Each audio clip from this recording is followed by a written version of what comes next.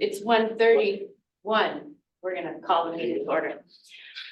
So the first thing we're gonna do is a roll call. Commissioner Sweet, if you would like to start. I'm here. Yeah, very good. Andrew Brainerd, Director of Homeless Response. Nicole Rutherford, City of Coos Bay. Bruce Farmer, Coos Bay City Councilor. And then, online, I can see David. David Miller, City of North Bend.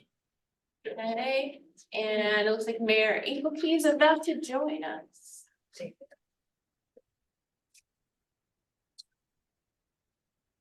He wanted to Hi. announce who, we're doing roll call. Oh, Jessica Engelke here. Okay. Okay, great. Then we will move on to item 2, which is public comments. We don't have another board on, right? Yes. Yeah. Okay, perfect. So I think there's a sheet. This is the only. Chris is a little late.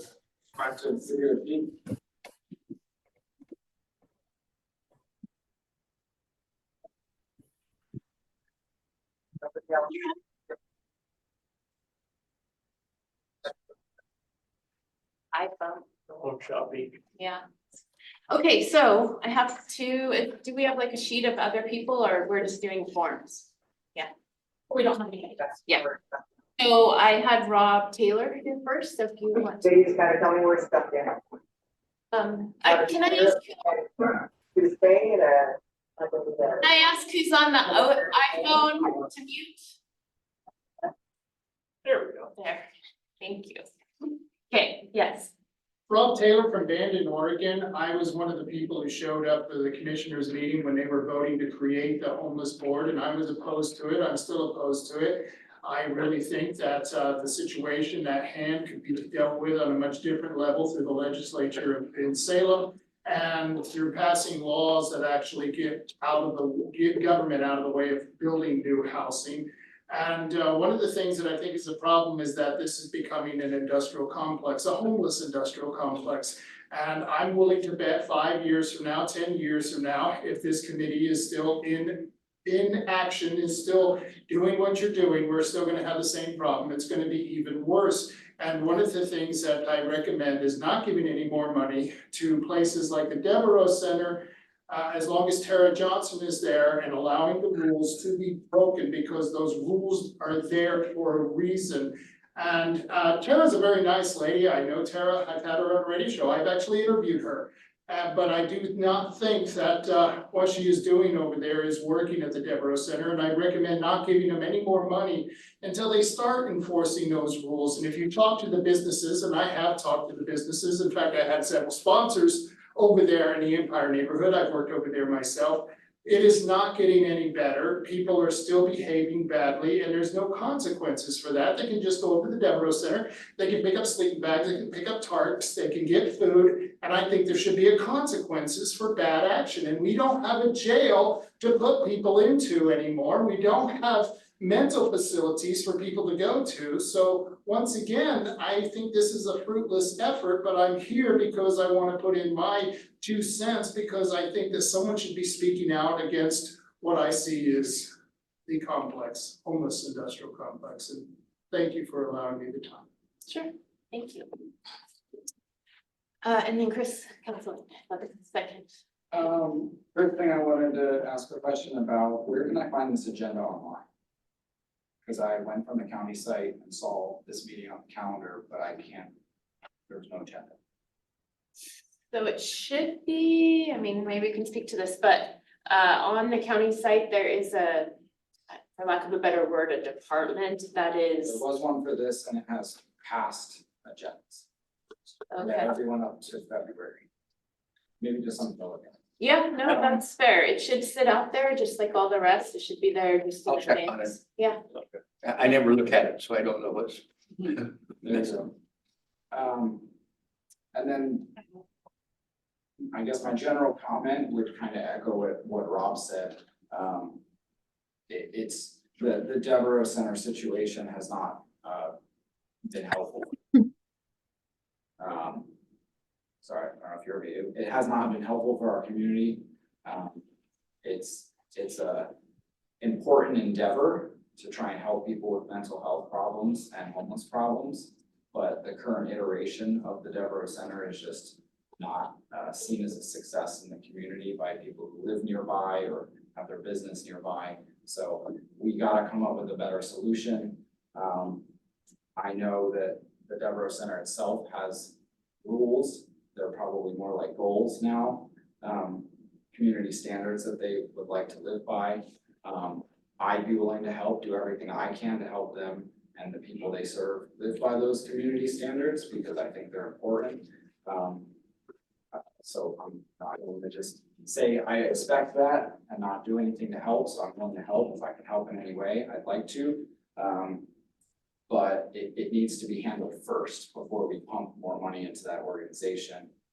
And then, yeah, just what Rob said about the industrial complex. I know that's like a buzz phrase, but it is becoming an issue. It's like we have this jail that can't house criminals, but we have literally millions of dollars available for homeless people. And it just doesn't make sense. And I understand the logistics of it. I've been in meetings like this. I was at the budget hearings 2 weeks ago with the county, so I understand where that money comes from and how it's distributed, and we're not getting money from the state to the jail. I get that, but we gotta figure something out because like the $1.9 million grant that was gonna be used to help City of Coos Bay move the Devereaux Center, there's even more money than that. There's like 2.5 million, I think, Coos Health and Wellness mentioned it. It's more for like permanent housing project. Not the temporary Coal Bank Village project, and then there was like another 700,000, if I'm right, John, that was for homeless. There's like lots of money out there for this problem and none for the jail. So we have to rebalance that equation. Everyone here should be advocates for doing that. I think most of the people here are, but gotta be a louder voice. We should have a criminal advisory meeting and committee, not just a homeless advisory meeting. Anyway, so that's all. Also, if I can really quickly just say that I visited the Bologna Ranch. That was mentioned at the Egyptian Theater meeting. That's an incredible opportunity. I wasn't here when that was in existence. You know, it's kind of sad that it's not around anymore, but we could somehow utilize that facility with all the millions of dollars of funding we have. To turn that into something that could really help people. I know Tara mentioned once that there was like 10 people that she thought were good, that were 10 to 15 that were being used, that were allowed to go into the warming center for the Salvation Army. So if there's 10 to 15 people that are like hopeful and can be helped, that's a great opportunity for the Bologna Ranch, like a more permanent situation for them that would pull them out of town, you know, out of the, get easy access to drugs and things. I understand that might pull them away from services and a potential job, but we could have a shuttle service. Like there are ways to solve that. And obviously the Devereaux Center right now is not helpful to that. Thank you.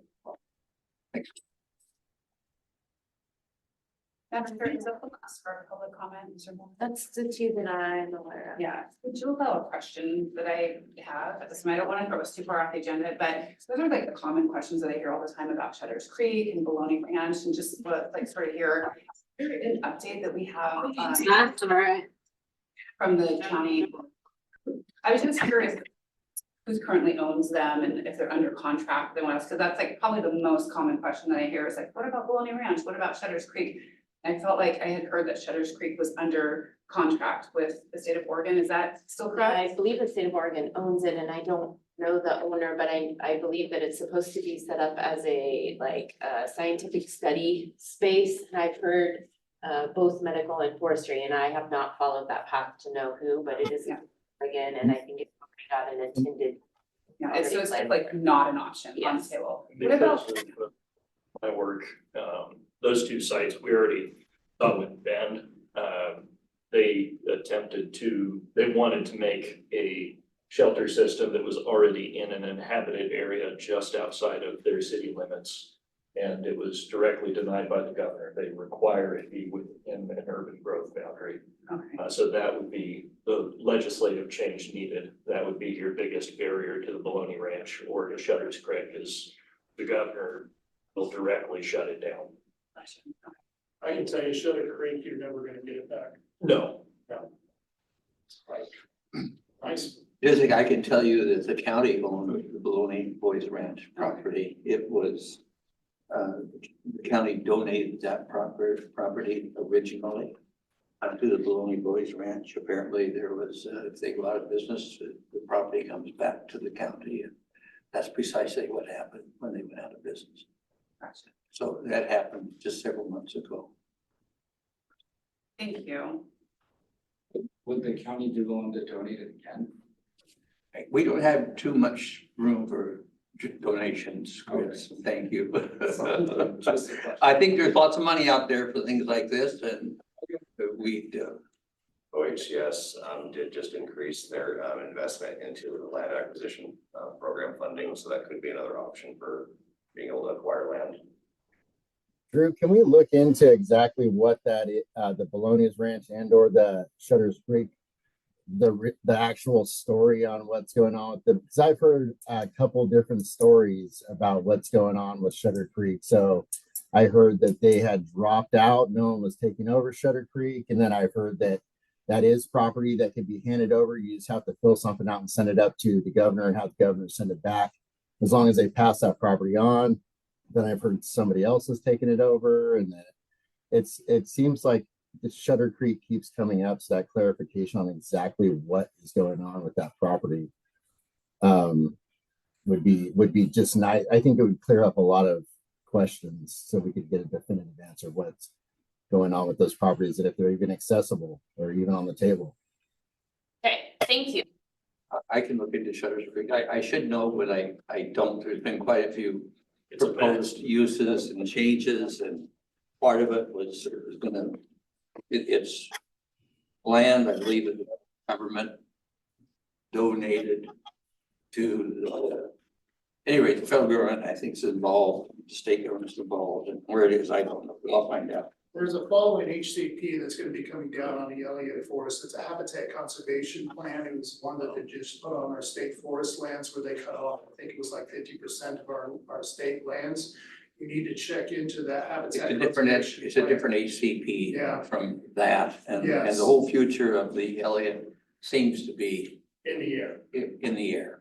They're trying to figure out what to do with it. The bill that was just passed 15, gosh, I think it was 26, it was passed by David Brocksmith, who was the sponsor, who created the research for us. Because OSU has pulled out of that bill has sunsetted, and right now you have people like Dr. Bob Zybach who are trying to position themselves to be able to get that to become a manageable forest again. So it's, Yeah, I knew that, but I didn't know about part of the.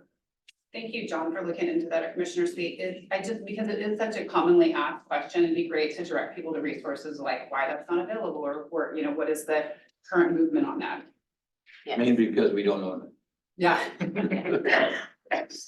Okay, we're gonna move on to item number 3, which is the director's report. All right, thank you, everybody. And, during February and March, our office has the opportunity to work on some very exciting projects with some of our community partners. We have provided support, technical assistance, and guidance to AYA, the Salvation Army, and the Devereaux Center. Later, you will see 2 of these partners present their projects to the board. I also had the opportunity to meet with Brooke Matthews from Naroc and David Molig from the ROCC to discuss steps on how our office should move forward. We are able to discuss the establishment of a coordinated entry system through HMIS, which should meet the needs for our community partners, as well as satisfy our reporting requirements. We are working with David Molig to customize the experience and should be meeting with local partners to discuss the new system. Will work within the next few weeks. The team was able to make connections with Stephanie Linson, who is with Safe Families for Children. Stephanie was able to present her program and what it can bring to the community, to our primary care group, and will be presenting to our veterans, government, and tribal groups as well. Additionally, we are able to be part of the City Coos Livable Meeting, which is a community-driven initiative dedicated to enhancing the quality of life in the community. Lastly, we were able to meet with Jake Smith from North Bend High School, as part of the Bridge program there, to discuss a potential collaboration with the Bridges program and the construction trade programs. This project would be student-led with peer-to-peer sports, building tiny homes for our local homeless population. Our team will be working on assisting them with a project proposal, which will be presented at a later time, and that is my director's report. Thank you. So the next item is number 4, which is a travel request to attend the summit for the rural homeless response pilots.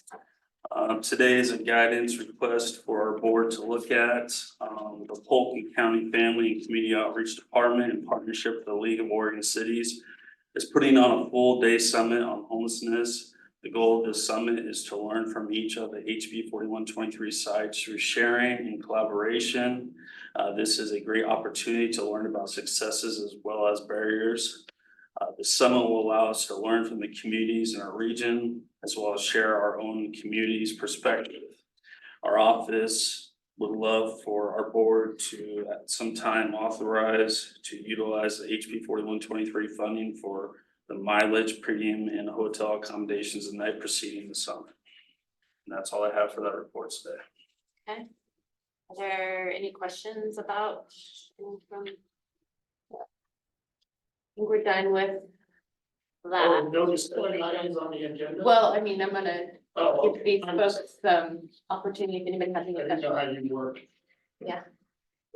It's probably a good idea, though. The opportunities to get to the meetings held by the League of Oregon Cities allows us to get in front of state reps. Usually when I go to that conference every year, they'll put a table out for state reps and sometimes our federal level people, and then they're stuck there talking to you and they don't get to leave, so it's helpful. It is good. I've been able to get some changes that way, and yeah, it'll include their other, well, actually, it's House Bill 4123, so they're all other rural work groups, and we can talk about what we're seeing, but also the challenges we're running into that aren't necessarily reflected in urban areas. It gives us a chance to collect our input, and we don't have as many people as the urban areas, but we do have a lot more cities. So that allows us to apply leverage. So this would be a good thing to go to. Do we need a motion to approve this? So I think the one challenge that we have is we had an agenda posted, but we updated it a little late. And so what we're gonna have before us today is a lot of listening and not a lot of action. We will need to call either a special meeting or hold over for next meeting. So. And I think the trouble for this is a little bit out, so we have some time if we need to pull a special meeting for that, but I do think we have some time, so. So not yet, no motion yet.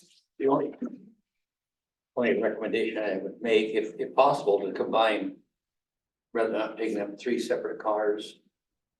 It's costly and it's terrible for the environment. Yeah. One would do, but if we, there's reasons perhaps that can't be accomplished. That's a good idea. Yeah. Rather, I mean, we do try that at the city, if we have to send a couple people to conference, they travel together, so. That makes very good sense, so appreciate that. Would they be able to take one of our public entity vehicles to cut down on the cost?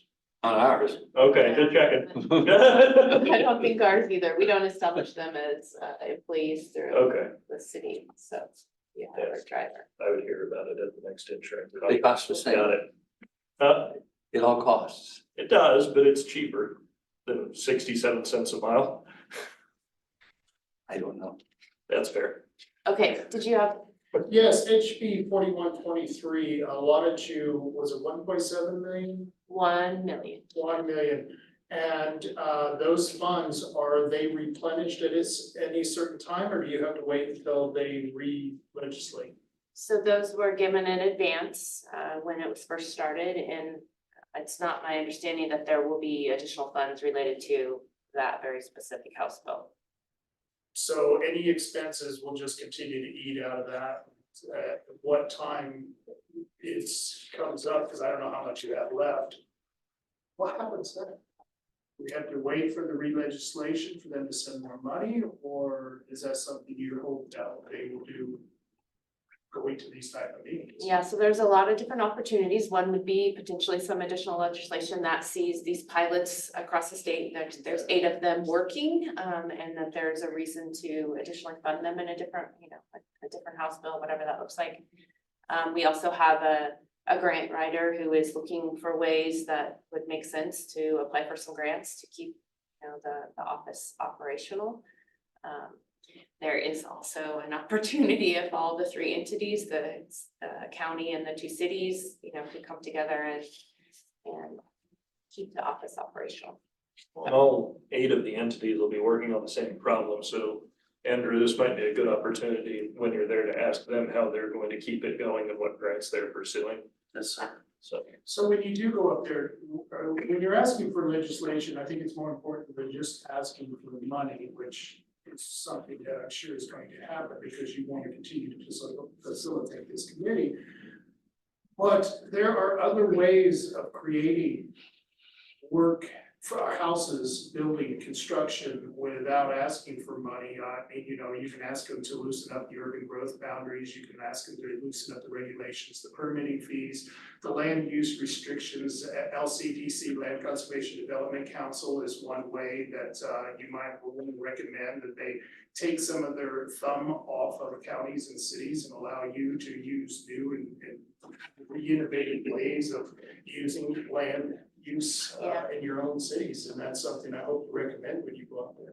Yeah, and so I appreciate that, and that's work that we're kind of all doing in our other hat roles, acknowledging that there are benefits to the cities coming at this from all of those other angles versus what we're kind of looking at here. The League of Oregon Cities organizing it, that would be the website you want to look at for their legislative. Yeah. Okay. And that's one of the, so I'm on the board of the League of Oregon Cities, and every Yes. time Mayor Benetti and I are together with our lobbyists, that is like the top priorities that we're talking about, and the urban growth boundaries, the issues that Coos Bay is facing, even though it's not in North Bend, it still affects Coos Bay. So we're doing that on a regular basis. Well, they did just approve a one-time urban growth boundary expansion bill. Right, and I saw that. To be quite honest with you, the problem is LCDC and the fact that we have centralized planning through one committee instead of allowing cities and counties to do their own thing, and you go to any other state.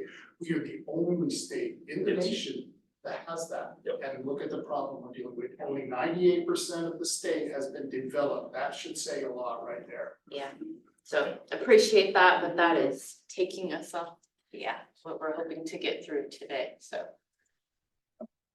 Has anyone part of this committee attended a prior version of this? It's the first one. A first one, okay.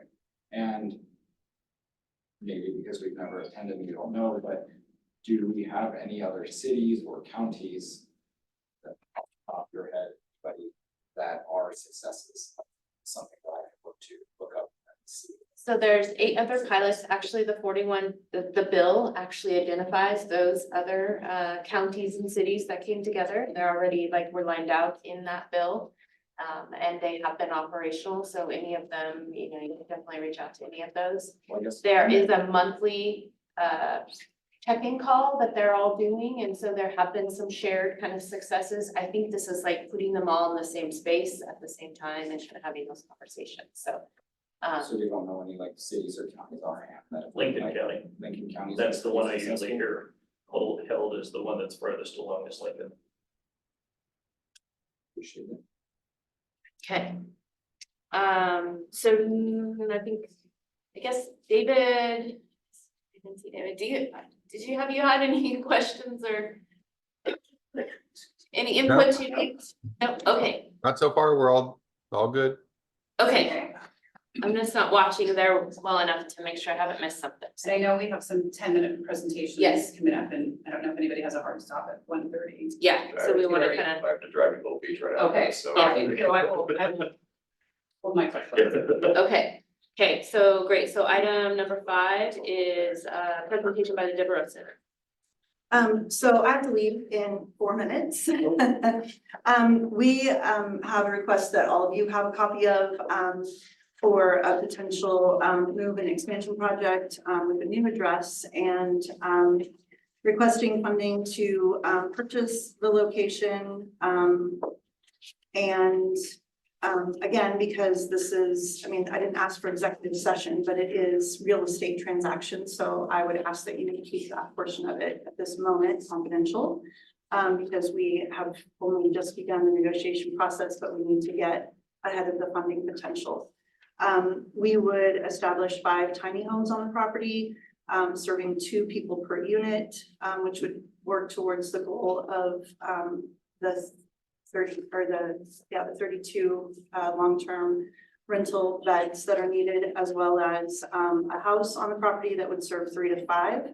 So potentially increasing by 15 the number of beds in the community. We would ultimately move our entire operations to this location over a period of time. Initially, though, our focus would be on establishing those beds because we understand the value and the importance of that. We would provide a perimeter fence for ourselves, and we would also contact the neighbors and offer them the opportunity for us to provide a perimeter fence and a gate for them as well if they chose. There is a comment in your documents about potential lease agreement funds, and depending on what the zoning ends up being, that could be an over estimate on the dollar amount of rent that we could provide. Included in the document package is information about our programs. I would like to point out that we have been asked by different communities to assist them or bring in the, no, you cannot have that. No.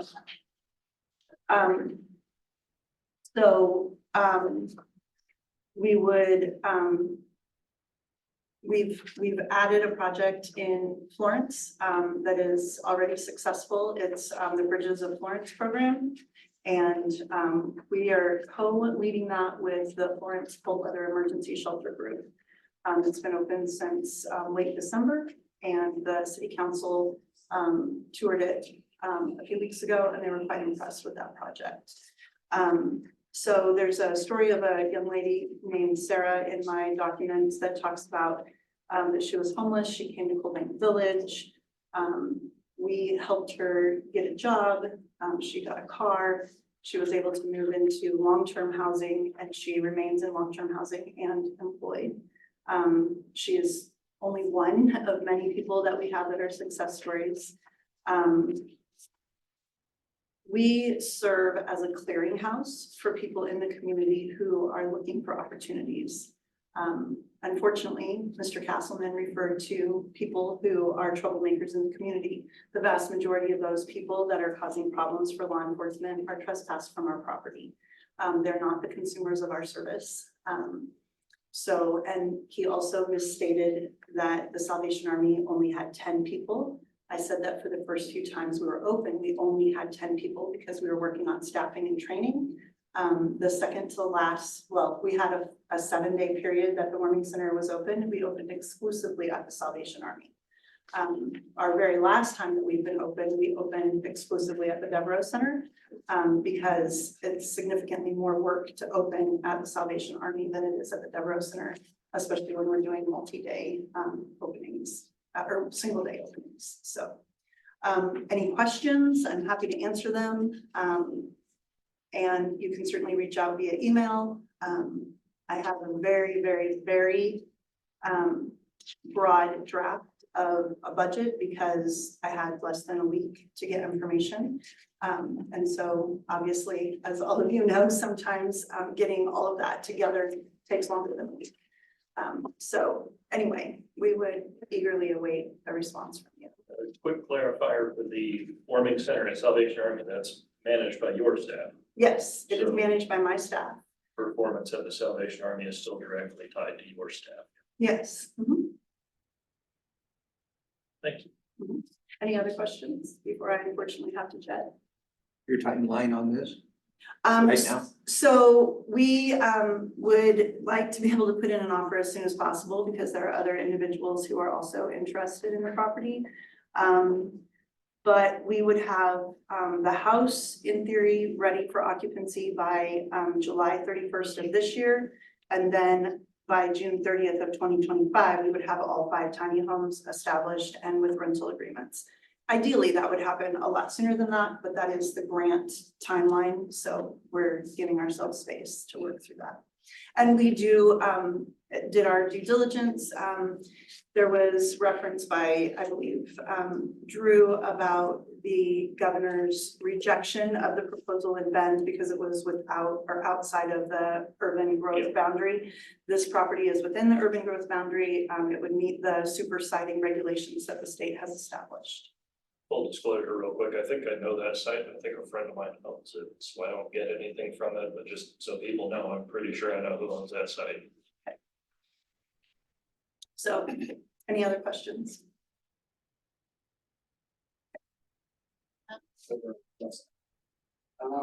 What neighborhood is the? So it's up in Newmark. So I mean, I don't know what that neighborhood is. It's down from Walmart. It's before you get into. It's in There's Coos Bay. so Coos Bay is one city. There isn't 2 cities. What district did you ask? I mean, Empire. what do we say that district is? It's kind of the fringe of Empire, I would call it Yeah. the Walmart neighborhood.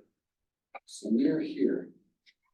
Yes. Yeah, it's just a few blocks. I think. And so what was the issue with getting a copy of the presentation? It's got confidential information regarding our proposal for, Are we in Purchasing. executive session? no, We that's why I are- said, We are not. no. So is there, I guess, is there a legal reason why we can't have what you guys are looking at? There is not, I'm not aware. We have to obviously speak to council, but I am not aware because it's an open session. Everything that we see is a public document. Right, so Yeah. is there a way, can I get a copy of it today or? I'm requesting that you not get a copy of it because it's real estate transaction information. It's like somebody made it. So- I don't know how to tell.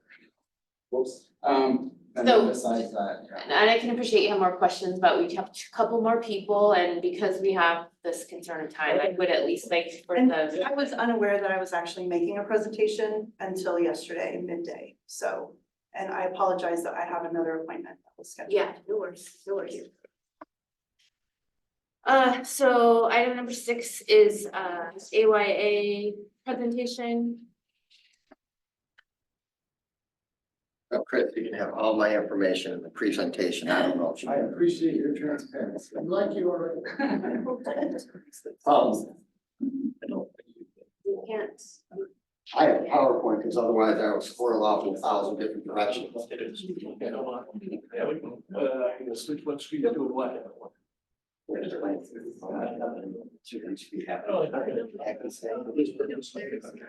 Thank you. Figured I'd do it now. Why don't we stop? Are you waiting? Sorry. And on my head, it's right. Hi, Brad. Oh. We just tell you what you want. That slide.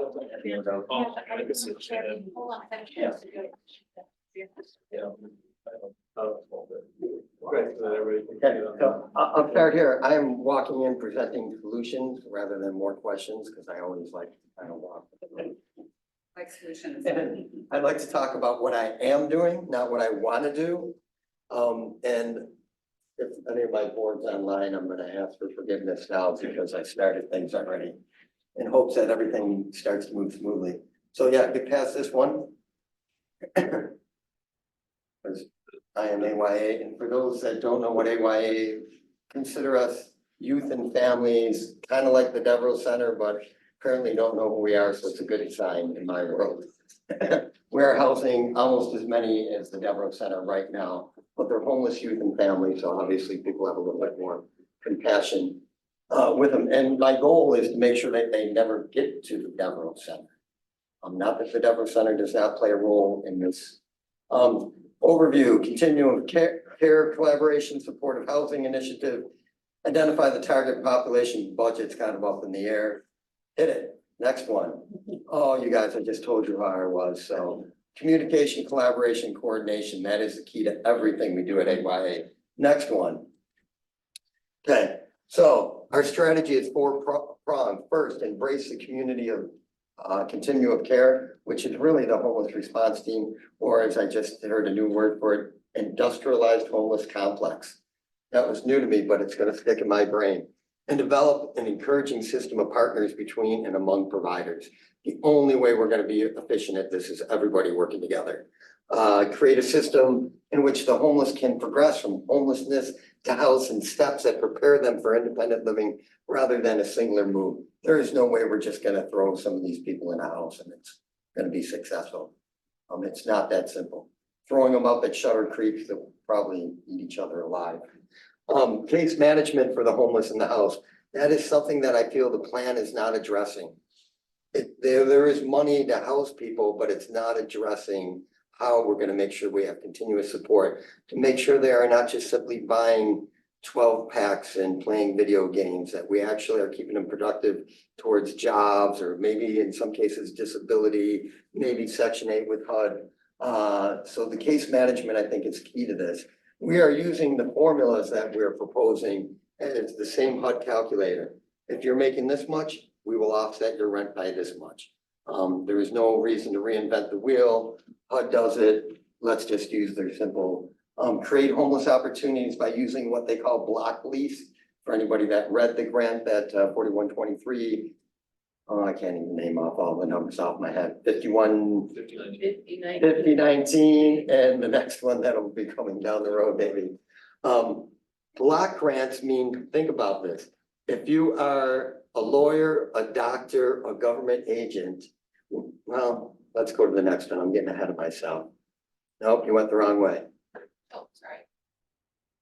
Okay. Yep, it's that one. Any housing initiative that doesn't take the housing inventory into account is doomed to fail. We are at under 1% vacancy rate. If you're that doctor, lawyer, teacher, you can't find a house in this town. How the heck are the homeless people gonna sign a lease with bad credit and be successful without supportive something to get them back to it? Because this is recorded and I'll get myself in trouble later for this. We're used to it. Yeah, from tax burdens to taxpayers, right? That really is the goal here. How do we get them back in the mainstream and do that? It's gonna need a lot of supportive housing. There is no way most of our clients' credit rating is gonna say, oh, I wanna put this person in my rental unit. So we're gonna need some sort of block leasing is the term that they're using, so it says that it's available in there. But you're gonna need some agency stupid enough to say, I will sign a lease on behalf of that person. Which puts skin in the game, because the moment that we do it at AYA, which we've already done because we're foolish sometimes. So securing additional housing, securing block leases, collaborating with landlords of unused property, if there's any. Securing stepped housing opportunities, and that one's very complex, and we're not gonna talk about it. Hit the next one, let's talk about what we are doing. Okay, 9 units sitting empty right now in Old Charleston School. And just to make everybody's heart bleed, I have a paraplegic youth that is getting out of the hospital on Friday.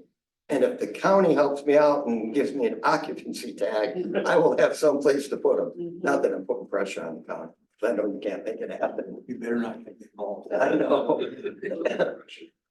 But there is pressure for some of these people to get housing. And when it's a paraplegic youth, it just sounds a little bit different, doesn't it? But I have an ADA apartment that is waiting on an occupancy tag. And I just learned through that you have emergency or temporary occupancy tags. So we're pursuing that one. We started that one yesterday. So I like to talk about what we're doing. 9 units sitting there ready to go. Hit the next one. Right now we have a spot on South Main Street, 2 spots on South Cammon. Ready to go. We're working with the tribes on this one. Next one. We have leases sitting there that are signed on the 15th, and now I have a 5-bedroom trailer spot, a trailer ready to be put in, and another one empty. So again, we are signing leases, we are making these things happen right now. I believe at the 30th, you need to reach 5. So we're offering solutions right now. The question seems to be, how does that money keep moving so that we can actually do this? Because I'm not independently rich. And if I was, I would do it. And then I heard the bologna mentioned before. I want to be clear about this one. I am not going for the big bologna ranch one. I don't want to deal with that big facility. We are a really small operation. But Bob talked to me about Maine on Friday. I went and checked out this facility. It's got 11 beds ready to go, commercial kitchen. I've worked there through the last 10 years. I'm very familiar with the property. I'm also very familiar that the county needs money. It's about finding that balance of what can we afford and how can we do it. Where is that located? This one is located off of Carroll Road. I mean, what is that? I'm not recognizing the streets. The corner lot. LTM auto repair, trucking repair off of 101. So the big corner, where the water kind of floods up as you're going on 101. There was a used car lot right there. It goes back, starts getting to, the back road to Libby there. Carl Road goes up that hill. They turn off on Shingle House Slough Road. Is that on county line? Sorry, I don't know all the That's all right. roads, I It's just okay. know Carl.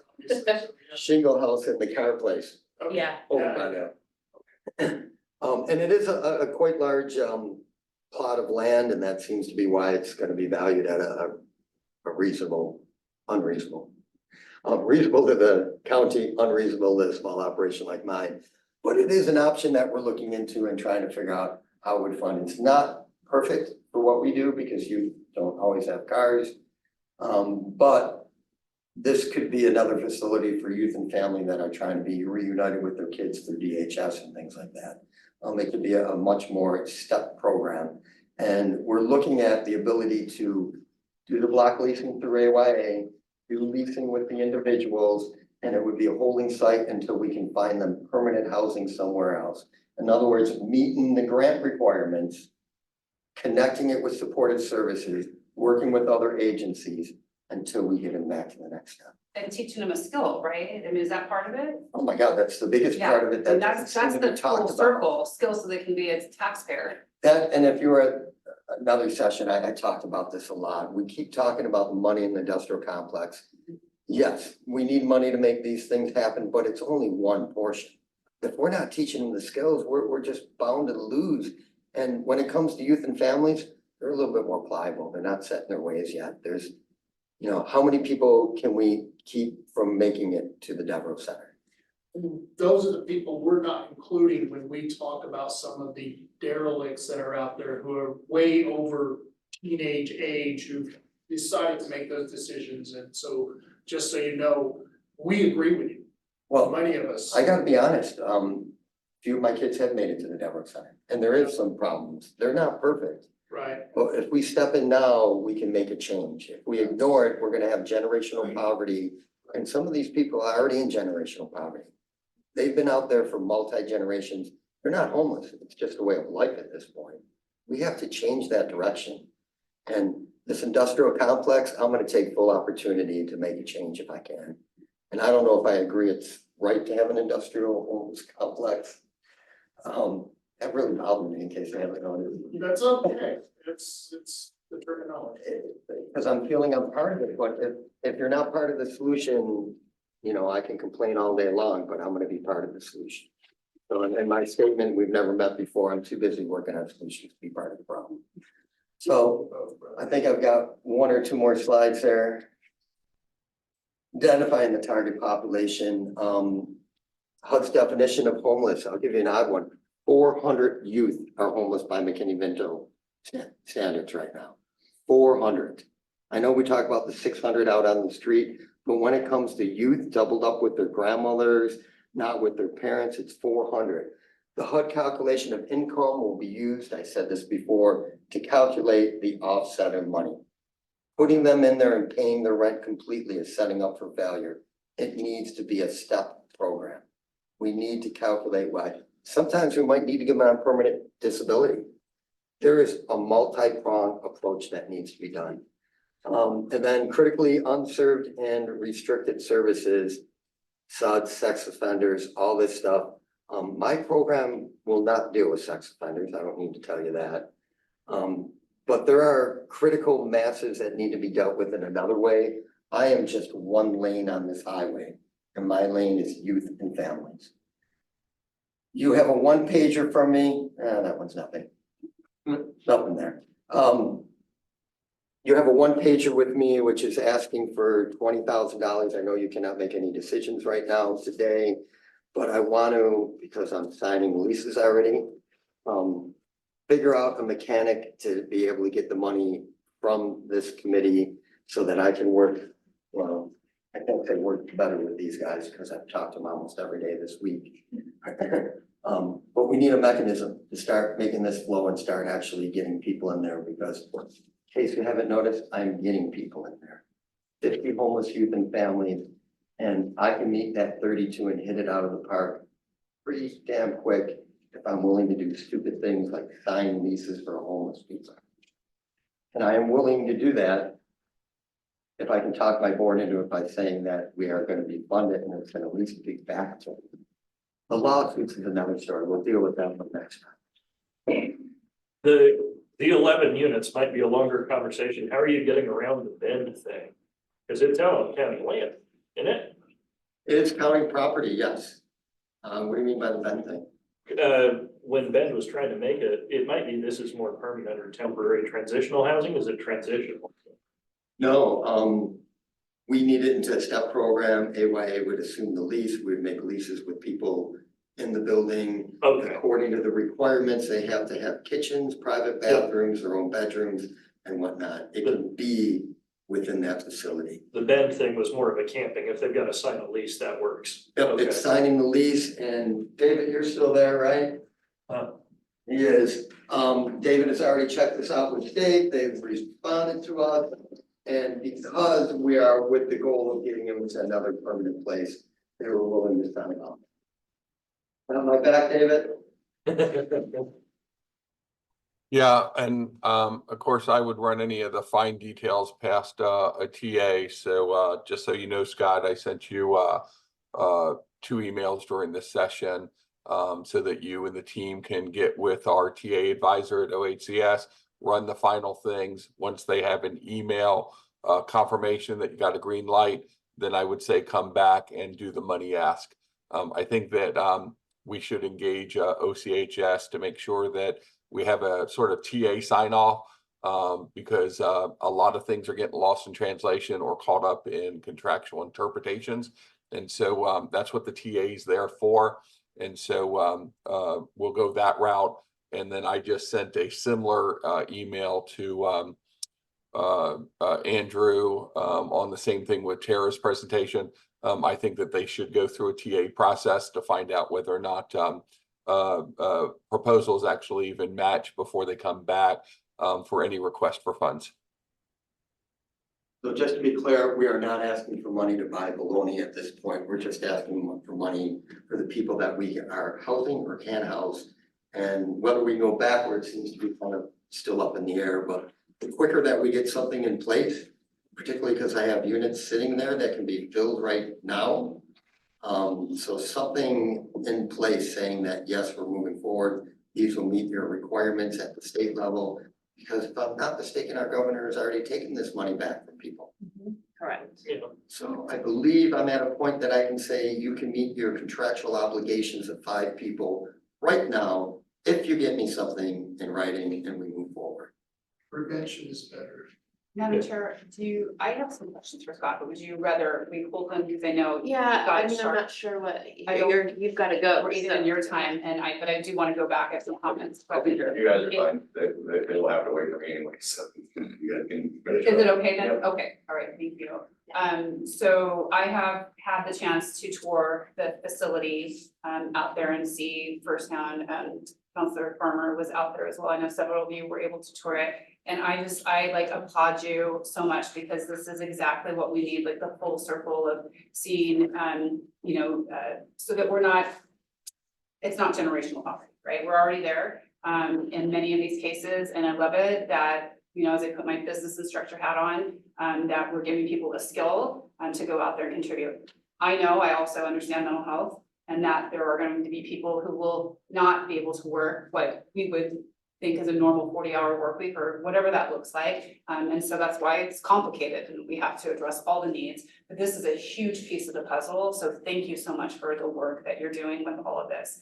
So my question so when you use the word baloney shelter, just to be clear, like that's not part of, you were saying like Baloney Ranch, like that's just the area, right? It's separate. There's two different units. They actually had three at one point, but now two are owned by the county. One of them is called Baloney Ranch. That's on 101. The second one is on Carl Road. That's called, in my word. It was a facility for girls. Yeah, there was a At one boys point, and a girl. Okay, I know that's gonna be really confusing for people, so it's just that.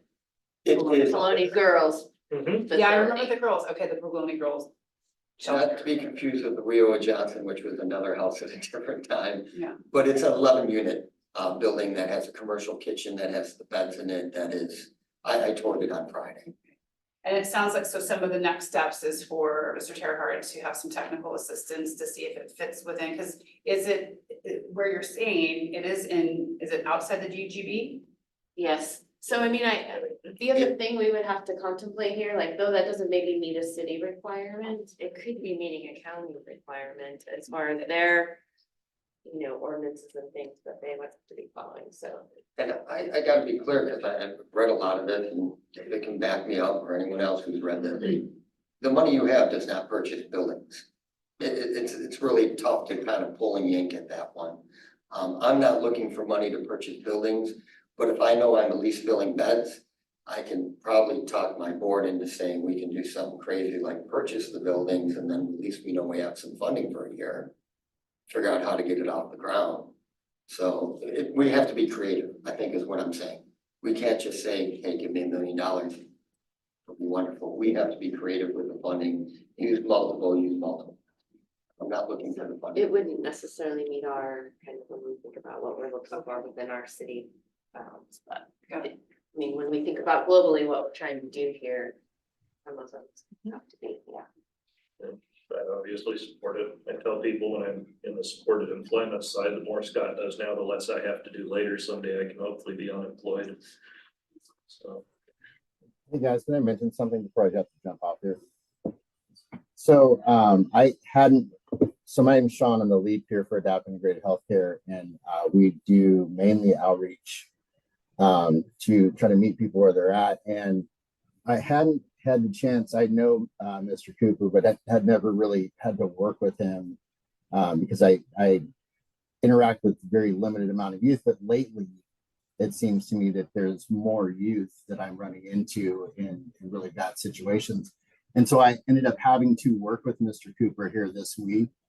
And that was probably one of the most seamless situations that I've had to deal with about getting somebody, a couple that was just getting ready to have a baby that were youth, from the hospital to a hotel to being able to get into their housing program. So whatever Mr. Scott Cooper is doing as of right now, it's working and it's being successful. And our peers would back whatever type of situations that he had to support AYA at this point. Thank you. I did not pay him. Okay, so we're gonna move to the next item, which is number 7, North Bend Gooseberry Housing Authority project. Thank you, everybody. My name is Matthew Borstras. I'm the Executive Director of the North Bend City Gooseberry Housing Authorities. We are actually two separate housing authorities that serves North Bend City, then both Gooseberry counties. I put together a PowerPoint for everybody just to kind of quickly go through things. I'll start with, we are the largest housing provider in the South Coast. As we currently are, we have 258 public housing and affordable housing units between North Bend, Coos Bay, inland to Powers, and then down south of Port Orford. Currently only 10 of our units are in Curry County, but we also did just acquire a site down in Gold Beach that could help us build up to 26 more units. And I wanted to throw out there, I am not here to ask you guys for a thing. I'm just here to give you guys an update on where we're currently at with the North Bend Family Housing Development. And can we also make it clear that it is not the North Bend? Exactly. It just happens to be in North Bend. Exactly. Yeah, I So don't think. Yeah, We'll get so confused on in, that so too. in 1969, the first housing authority was, they called it the North Bend City Housing Authority. It is not a city department. The city is an appointing body for our board of commissioners, but we are a separate municipal entity. 1969, that housing authority was chartered. And then in 1970, the Coos Curry Housing Authority was chartered. And shortly thereafter, they realized that if they utilized a shared staff, even though if they had two separate boards of commissioners, they could be more, they could save money by being able to operate it jointly together. And so it worked out. It is a little bit confusing. I do a lot of duplicative processes each month, but it works and it serves the communities. Our work, we are, as I said, we are the largest housing provider in the South Coast. We have 258 units. Last year, we served 268 households within those units. And each month, we serve approximately 900 leased up households throughout both Coos and Curry counties. In 2023, we served over 1,300 low-income families, which does include unsheltered folks in the South Coast region. And in 2023, we also leveraged in and paid out over 5.3 million in rental assistance funds to local landlords. So it's a significant economic impact that the housing authority also brings to the region, because those are federal HUD funds that we're able to leverage in and pay out locally to people. As I said, there are 3 appointing bodies for the North Bend City Coos Curry Housing Authorities. Those appointing bodies are the North Bend City Council, Coos County Board of Commissioners, and Curry County Board of Commissioners. Go to the next slide. Just to throw in a little bit about me, I am from the area. I am a lifelong Oregonian, but I moved over here to Coos County from Jackson County in October of 2022 to assume this role. And before that, I had spent over 5 years working at Rover Treat in Medford, where I served really as their fund development director, but also helped them with their consulting as they began also helping replicate programs in other communities. So I've gone as far as helping build villages and tiny house communities up in the Central Oregon community. Klamath Tribes is getting ready to open their pallet shelter community over in the city of Klamath Falls. I'm currently doing some work with Delaware County as they build an encampment. We also helped the city of Roseburg and UCAN with the navigation center over there. Lots of fun stuff to be able to help communities build those safety nets. And then we can go to the next slide. And the next one. And so part of, with me being brought in as the executive director for the housing authority, the South Coast hasn't had a significant investment into affordable housing at a state level in 40 years. The last significant investment that we saw to build a large apartment complex of the size we're talking about, like North Bend County Housing, was Airport Heights, which was built in 1983. There's been some other developments, some other apartment complexes that have come in, but we haven't seen a $1 million, there's been a lack of investment into that infrastructure. And as a result, with economies changing over the decades and everything, all the other safety nets, we have a dilapidated housing stock here in the area. I know based on the city of Coos Bay studies, the city of North Bend studies, we're looking over the next 20 years of needing to increase about 2,000 units for the community itself. And not only that accounts workforce development housing that's going to also skew that and impact that. And so my goal coming in here was to begin lowering the walls of the housing authority, because the housing authority had traditionally worked like an island. Didn't have a lot of partnerships, didn't really engage much with the community. And my job was to get hired to, one, make sure that these housing developments get built, but also begin changing the trajectory of how we work with the community. And so what I came with was the philosophy that we built at Rover Treat, which is shelter and housing is really a baseline. Those are tools to be able to meet people where they're currently at. But then it's really that work that we do with individuals, that supportive services, that wraparound support to help address the barriers that brought them to us in the first place. That's really the secret sauce, the key ingredient to everything that we have to do as a community. And with that comes community partners and funders. And when we have that type of synergy where we're all working together, what we create is hope. And hope is probably one of the most important things that we have in our tool bag to be able to work with not only the community, but also the individuals that we're serving, the lives that we're trying to change. Go to the next slide, please. And so then that brings me to the North Bend Valley Housing Site, which is going to be located over at 2121 Madrona, the old Banger School site that's been sitting vacant for about 20 years.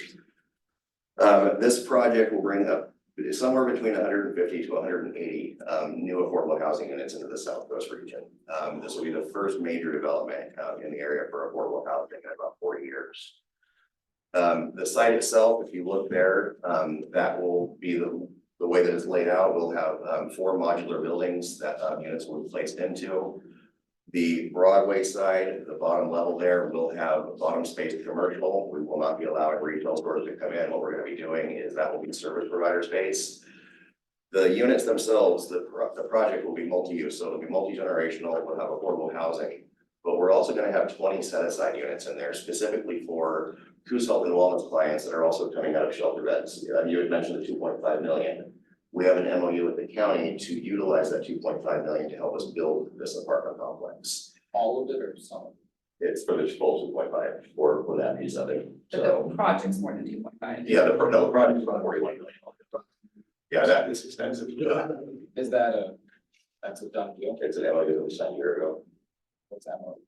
memorandum of understanding. Yeah, we even had a board of commissioner meeting to vote on it and everything. Who owns it? So the project is owned by the North Bend City Housing Authority. Not North Bend though. Yeah. Not North Bend. But that, Appointed by. We have board members from. that are there's 3 appointed. different appointed, I can appoint a person on there, but that has no control over how they vote or anything like that. So So it's not no a counselor or a manager, it's actually an individual other than. community member. Open application process if you. And then Curry appoints one, right? Mhm. And then the other entities. Yeah. It's not got a majority control by any party. Yeah, no, it's, yeah, so we end up with 2 different boards that have 3 different bodies that appoint to them for where we get our community commissioners. And so, yeah, we are currently, that's currently where the site plan is at. And then if you look onto the next slide, currently those are the concepts for the faces of those buildings. Then I have another look at it on the next slide too, of how those concepts will look. And the goals for the site would be to create up to 150 new units for the community. Establish a comprehensive partnership with Coos Health and Wellness to help serve the SPMI population and provide direct services on the site. Also, when we're talking about building community continuums like this, I am a big believer in the fact that when you're creating shelter beds, you also have to begin creating and identifying those pathways from those shelter beds to permanent housing. That when we're building community continuums, that's the only way that it really works. Otherwise, you end up with a place where you create tons of shelter space where nobody has a place to go to after that. And so this project really is leading us in the direction of developing a solution to where eventually shelter providers can ideally work themselves out of a job. Create pathways from shelter beds into affordable housing and permanent housing. And then the biggest thing is to create a community that helps everyone achieve their highest potential. Currently, we are in the process of going through our 3rd round of funding cycles with the state of Oregon. Last year, we did not get the award, unfortunately, but we did appeal it. And then we also blitzed the state of Oregon as well as the governor's office with a community support campaign to show not only the need, but also the amount of support that this area has. I know oftentimes in rural Oregon, we get forgotten, but there is a lot of community and political will to make housing a reality here. And so we wanted to be able to showcase that we can't be ignored down here, we need to be invested in. OHCS was actually concerned that we would have actually levied the lawsuit at that point in time, so. So that's positive. And so currently, the state of Oregon is working with us on a regular basis as they are trying to roll out their 2024 funding novus for affordable housing builds. The governor is doing a historic investment that the legislature has approved into affordable housing development. The caveat with that at the state level is that we have lost access to tax credit funding due to the federal volume cap, which unfortunately does put significant holes into a lot of projects. And so we are working with the state to figure out how we're going to consolidate that funding to get that full $41 million to get this one across the finish line. And so we're also in the process too of almost having our complete environmental NEPA review done and approved by HUD. And so once that happens, we would then be able to tap into the Brownfield funding to demolish the site and effectively begin construction. And so this year, we will be turning that into an active construction site, and we're going to manifest that thing to happen. other work that we're going. We're also in the midst of beginning our strategic planning process so that we can build our roadmap for the next 3 to 5 years. I am a big believer in planning, and a big believer in also having an idea of what our end game is. And so we're at beginning the process of putting that plan into place for the organization. And then the next couple slides are really just some more of that work that we're gonna be doing looking forward. And the key piece for all of it, if we jump to the end, is why does this matter? It takes all of us to create a true continuum of care that will support the entire region. Most importantly, our collective work creates hope, and hope by itself can save lives. So that is currently where we're at, and I appreciate you guys letting me come in here and talk to everybody. Thank you. He mentioned that when the funds were denied, that there was the appeal. So, like, where is that in the process of the appeal world? Is it? So the appeal was upheld, so they upheld Okay, their it decision. upheld. But the caveat with that was that it drew more eyes to the need that we have in here. And it helped raise more awareness for the fact that we have a significant amount of community support. We have a $2.5 million local contribution, which is unheard of in most housing projects like this. And so being able to showcase that and show that this project is permit ready. If within 6 months, we get a permit in hand and be building. And so that's the caveat with the state, that if they continue talking about permit ready projects and project readiness, this project is there. And so, and we want them to not only know the need, but also the amount of work that's been done that this community has done to push this project to this point. I would want to say thank you as well, because I had asked them to give me some talking points on the affordable housing cap. And then the middle income tax credit. So I did go to Washington DC. I got some time with Merkley and Wyden and Val Hoyle. They all know about this project. They all know about the things that's stopping, the blocks that are in the way to making it happen. Nobody at this point said, oh yes, we're going to be easily able to fix that. But there was some conversation of that they realized that this is an issue in stopping some projects like this. So for what it's worth, I was able to get those plugs in. Thank you, I appreciate that. Any other questions? I have a question. Yeah. Out of the 41 million, how much, is it just the 2.5 that you have right now, or how much funding do you have? So we have the 2.5 obligated from Coos Health and Wellness, then we have 1.3 million obligated from Business Oregon for the demolition of it, for the asbestos abatement and lead-based paint abatement, and then the remainder of it is what we're needing the funding work in Singapore. So it's gonna be a mixture of lift and probably home funds that they consolidate that with. How much in taxes will this property produce for the other districts? So as a municipal entity, just like with nonprofits, we would actually be exempt from paying property taxes on it. And the reason for that is because it is technically considered a public service to be able to do that affordable housing. And so, and also as a municipal entity, we'd be naturally exempt from the property tax requirements. So all the other services in all the other districts, fire, police, water, all the other services that depend on taxes, if they're not paying taxes, but they're using services, then those of us who are paying taxes will have to contribute more to pay for those services. We'll have to contribute more for the tax itself, or we're gonna lose service otherwise. See, you're making houses affordable for those who can't afford it, but you're also making houses less affordable for those of us who can. And that's a problem with me. So it sounds like a great idea, but then there are other things that I could go into because I know your time is limited. So I have a lot of questions at this point. But I have a question. Have you been to Chicago and seen the green zones in Chicago? I've never been to Chicago. Okay, affordable housing units that I've seen in Chicago, the police won't even go in anymore. The affordable housing units in Utah were blown up because they put the people in there and they destroyed the interiors and we had to blow them up. This is not the right direction. The right direction is to allow permitting processes that allow regular people to buy affordable homes and to build their own homes rather than waiting a year and a half for a regular home to be able to be built. This is a monstrosity. Thank you. All right. Anything else, you guys? Thank you, guys.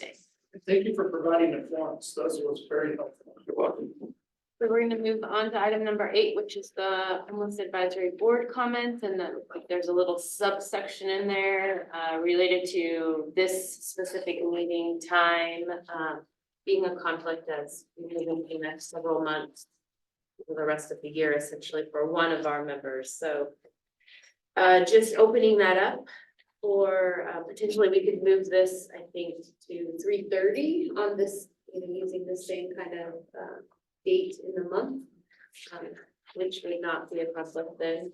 But that's all it takes, that sounds like a good idea. So again, we're in a no action space, but So I'm sorry, what is the proposal was to move the meeting time? yeah, so David Fields, which is one of our county representatives, is appointed to a state, I'm gonna be wrong about this, but a state board committee that meets at this time. Okay. Yeah. Starting now through the end of the year, potentially beyond that, but, so he will always have a conflict for this. Okay. And so you're suggesting a different time at this point, or? He said this date is fine, we could just move to 3:30 and Okay. and that would work. Right now, it's on the third Wednesdays at 3:30. Yeah. That ends up getting me sometimes into my afternoon meetings, but there's always gonna be one of us that has a conflict. The Zoom link helps if you're not able to make it here. I don't know if anybody has any other suggestions of time, so. Yeah. So that's kind of where we're at, is if we come up, I mean, that's where he said, obviously, we can look at other days of the week, maybe, for an option, but if we were stuck on this day, then 3:30 was what he said would work, so. Just opening that up for discussion. Yes, David. Thank you. I'm fine with moving as a consensus to 3:30. And really, it's always the overall consensus that drives. For instance, today I had something come up last minute, so I love the Zoom version. But Nicole is correct. He's on a governor's task force panel, and so it's not something that if he misses too much, he gets tosses off, and he's an important voice there. So if we can't accommodate on time, I understand that. Then the other option would be maybe the county appoint an alternate, very much like, say, Coos Bay did. So there are other alternatives, but for me, 3:30 as a consensus is fine. Okay. Any other comments? Oh, sorry, John. That's good with me. Oh, it was on the topic of it not paying taxes and us paying taxes, because we all pay taxes. Usually what it's looking at with these social services is what the net savings will be. So it's recognized that the property won't pay taxes, but if you talk to Advanced Health and ask for some statistics on the outcomes of housing people and the savings to the medical system, which also is funded by our taxes when they have OHP. We had clients that were over $1 million a year in expense. And when we got them housed, it dropped down to 40,000, which is still a high number, but it's a substantial tax savings when that's only one person. Coos Health and Wellness has between 250 to 300 severe and persistent mentally ill individuals who would fall more or less into that category in the high dollar amounts. And yeah, it also unclogs our ER because the individual I'm thinking of has COPD and some other problems, and they were clogging up the ER 5 times a day, and it dropped down to maybe 4 times a month. So it's the systemic issue. Mentally ill people, there's the other than mentally ill people, and the problem is they've had projects for many, many years. The inner cities are an example of these type of projects where They're slightly different from drug us. use and prostitution is running rampant, and those are contributing factors as well. Was that put into the whole analysis of that thing, what you're talking about? I mean, there are other factors. Yeah, and if we want to look and think we're Chicago, that's an option. No, you should watch History Repeats Itself. Right.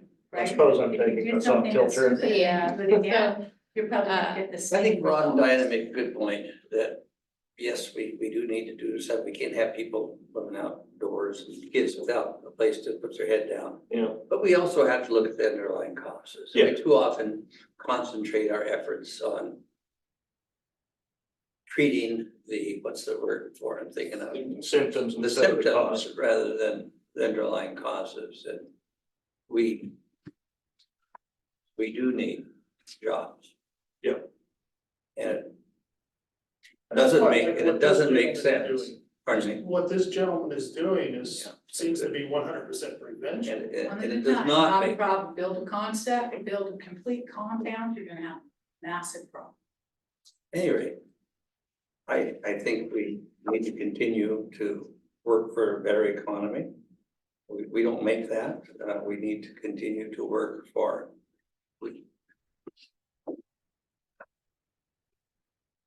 fewer restrictions, fewer planning restrictions. Yep. I know that may come at a cost, but frankly, I visited Texas a few years ago. I'm sure you'll all heard my story. They didn't have any planning requirements out in the county. And it looked a damn sight better than a lot of Goose County. They're pretty red too. And I think we have to look at unintended consequences of shutting down our forests. We can't talk about housing affordability if we're locking up our forest lands. And that's part of what that HCP I was talking about that's coming down on Elliott Forest. There is the Geezy plan that they should move forward with, where you can have environmentalism, you can have recreation, and more importantly, you can have 400 jobs from the harvest that you come up with. I think that's kind of a bastard child right now in the state. They don't know what to do with it. They're looking at options, and hopefully one of those options will be some way to get some harvest back and create some jobs. We're glancing over what you brought up though, which is like local home, like it's the normal homeowner. So when I moved here, I acquired 4 half-acre lots and intended to build 4 separate dwellings on those lots to bring more affordable housing in this area. And it's 2 years now that I'm into it, and I was just able to sell the lots. I had to sell them because the capital needed to build just one was insane. Even though I had all the skills and material to build it, it wasn't approved by the county to just like build a cabin on a piece of land. I had to even throw in a second half-acre lot to these people because they needed an extra backup septic leach field, which is just a piece of, like, it's grass. It's not like an actual leach field. It's just a half-acre lot that in case the first one broke 30 years from now, they could use it for a second. I hand dug a well to prove to people that you can get water. They were like, "You get water?" I'm like, "It's fucking Oregon, there's water everywhere." So I hand dug a well 30 feet deep, and they're currently, it cost me $500 and 2 weeks of turning a hand auger. And the county is making, the DEQ, I don't know if that's county or state, is making them pay a certified well driller $500 to have it decommissioned. Although it's never commissioned, I dug it myself.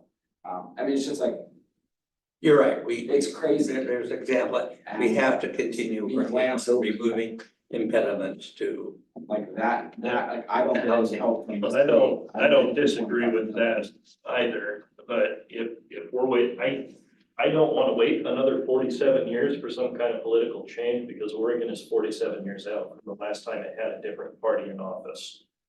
I don't wanna be 85 by the time I see change here, so we gotta house people somehow. Right, because the solution. Oh, yeah, I'm sorry. Sorry, I'm like on a problem. Yeah, you're on. So does any, like, open up to comments here, and then, and David, if you had any board comments?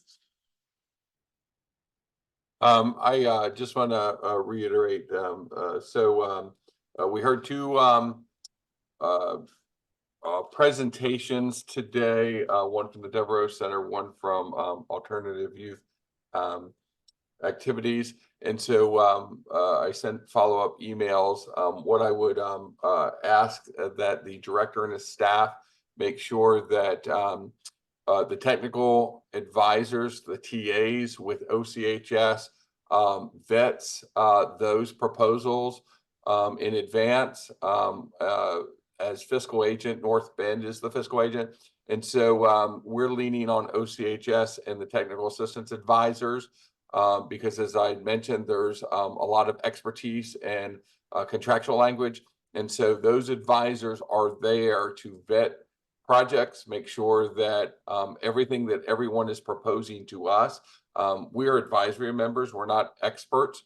And so, I'd like to see, a sign off on what can and cannot be done, from a technical advisor, before those proposals come to, this advisory panel. Because what happens then is if we approve something, and it hasn't been vetted, then we just have to go back at the well. And I think that this, follows up on an email that, was sent in, by the Salvation Army, Dr. Kaufman, on making sure that we, sort of better align, our technical assistance and how we're vetting, projects, and so that, we're not playing ping pong. And so I think that we can accomplish that, and we can, lean on, their advisors. And so, they make themselves available, they set the dates, we get the emails, but, that's a recommendation,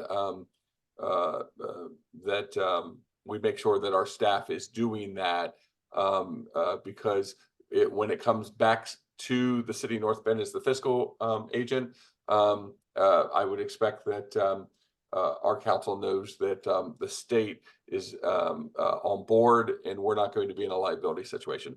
So, good presentations, but, that's, my request. Thanks. Anybody else? Yeah, look up the definition of the, what do you call it, housing industrial Oh, complex? homeless industrial complex. Yeah, what is your definition of that? The definition is same like the military industrial complex, where you have people coming in from different industries who make money off of keeping the complex going. That's the homeless situation going. And there is a situation of that. It's much like the pharmaceuticals. Many times, instead of curing the disease, they treat the symptoms, just like we were talking about, because it's much more beneficial to them to continue to give you medicine and medicine and medicine instead of curing that disease. And that's what I see with the homeless industrial complex. And I wouldn't put, like I said, this gentleman into all of the complex, but I would put this into the complex because it's something that people are going to make money off of. And they have no real interest in solving the problem. And I thought that's where you're going with that. I just wanted to clarify. So, I do believe that the county and the two cities do not have any intentions of creating a housing industrial complex, that we came together on this pilot project to try to be, I think Cooper said it best, like to be part of the solution. And I always talk about the reason why I think it's like so complicated, because it needs to be everything. There's other things that we didn't, we haven't talked about in this meeting, but you need to have pieces of all of it. You have to have the affordable housing, which is the project that he's working on. You need to have the shelter beds. You need to have the workforce housing. And we're all trying to do our parts in those different spaces. Really happy to announce that, North Bend, you probably saw, got $4 million to work towards our workforce housing. So that is the intentions of this, the original House Bill 4123, to look at creating a strategic plan so that we can be part of the solution and come together and, really align what is happening in North Bend, Coos Bay, and the county. Because if the county makes a decision and isn't involved with the cities, it affects all of us, and so forth, back and forth. That's why we're trying to work so closely with Coos Bay. So I appreciate, Scott, what you're doing there. I'd like to see like more of that. But like I said earlier, I'm also aware that there's going to be situations where it can't just be that one model. We have to like work at everything. So we really applaud you for what you're doing with that work, and I hope that we see more of that. So interesting presentations today, and I'll be interested to hear more as they move through the technical assistance and ask all those questions and what can and cannot be done too, because It sounds like this is, just some information today. No decisions are being made, lots of questions. I'm guessing even probably more town halls for Coos Bay to talk about as they move through this. So just keep learning. The problem with that is a beautiful idea, but the legislation they just passed just created all more money that they're giving away, but they haven't eliminated all the barriers that you talked about. So what Drew said, you may be waiting for another 47 years before that political agenda that's taken over moves away and allows cities and counties to be more maneuverable. I'm happy to hang around afterwards, but I'm pretty sure the other folks have. Okay, we're gonna call this meeting closed, adjourned. Cool. Thank you. Okay.